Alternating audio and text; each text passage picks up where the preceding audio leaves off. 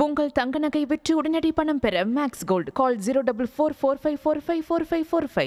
சென்னை வண்ணாரப்பேட்டை தபால் நிலையம் அருகே இருக்கக்கூடிய முதியவரின் இளநீர் கடையை மாநகராட்சி அதிகாரிகள் அகற்றிய நிலையில் அருகே உள்ள தேநீர் கடை உரிமையாளர்தான் காரணம் என கருதி அவரை முதியவர் அரிவாளால் வெட்டியதோடு போலீசில் சரண் அடைந்திருக்கிறார்.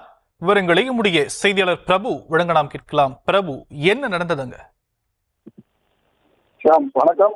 நள்ளிரவில் தனது இளநீர் கொட்டகையை மாநகராட்சி அதிகாரிகள் அகற்றியதால் ஆத்திரமடைந்த 80 வயது முதியவர் முத்தையா என்பவர் இதற்கெல்லாம் காரணம் தனது கடைக்கு அருகாமையிலே தேநீர் கடை வைத்திருப்பவர் தான் என நினைத்து அரிவாளால் அவரை சரமாரியாக வெட்டியிருக்கிறார்.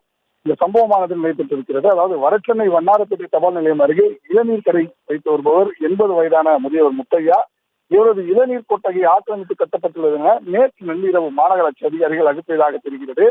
இதற்கெல்லாம் காரணம் தனது கடைக்கு அருகிலேயே தேநீர் நடத்தி வரும் ரிஷிகேஷ் என்பவர் தான் என நினைத்து இன்று காலை ரிஷிகேஷ் கடையை திறக்கும் போது அங்கு வந்த முதியவர் முத்தையா இளநீர் வெட்ட பயன்படும் அரிவாளை கொண்டு ரிஷிகேஷை சரமாரியாக வெட்டியுள்ளார்.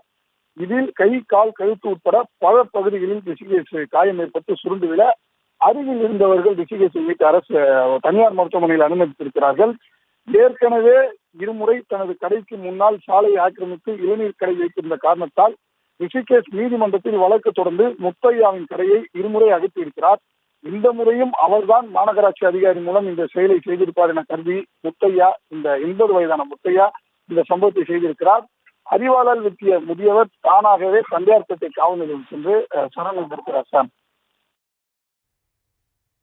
விவரங்களுக்கு நன்றி பிரபு.